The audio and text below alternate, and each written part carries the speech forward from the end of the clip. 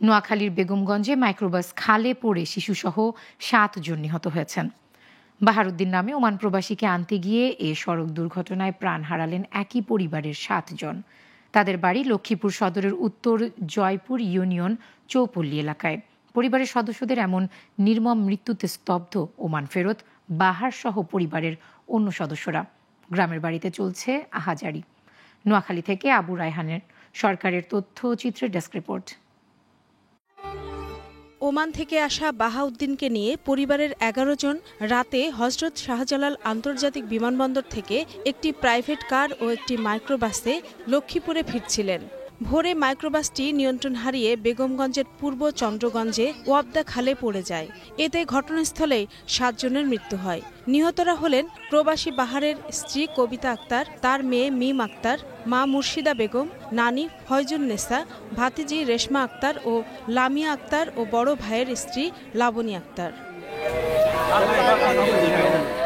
দুর্ঘটনা থেকে বেঁচে ফেরা প্রবাসী বাহারুদ্দিন ও তার বাবা জানান, বিমানবন্দর থেকে ফেনী পৌঁছে চালকের ঘুম কাটাতে চা কফি পান করিয়ে বিরতি নেওয়া হয়। চৌমুহনী চৌরাস্তায় গিয়ে তাকে গাড়ির গতি কমিয়ে চালাতে বলা হয়। পূর্ব চন্দ্রগঞ্জে এসে ঘটে দুর্ঘটনা।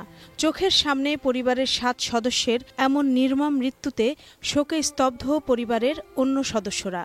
কফি খাওয়াইছি, সবকিছু লইছে, পার্সোনাল যা লাগে সব খাওয়ার পরে টান দিছে, টান দেওয়ার পরে সুন্দর গাড়ি চলতেছে, আসে খালি রোডের মধ্যে গাড়িটারে এদিকে নামাই দেওয়া।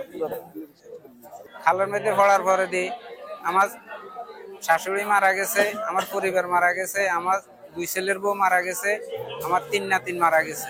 চন্দ্রগঞ্জ হাইওয়ে থানার ওসি জানান, খবর পাওয়ার পরপরই ঘটনাস্থলে পৌঁছে 7 জনের মরদেহ এবং 4 জনকে জীবিত উদ্ধার করা হয়। প্রাথমিকভাবে চালকের গাফিলতির সত্যতা পাওয়া গেছে। খালে প্রচুর পানি ছিল এবং স্রোত ছিল। যারা পুরুষ সদস্য ছিল তারা গাড়ি থেকে বের হতে পেরেছে, মহিলা এবং শিশুরা বের হতে পারেনি।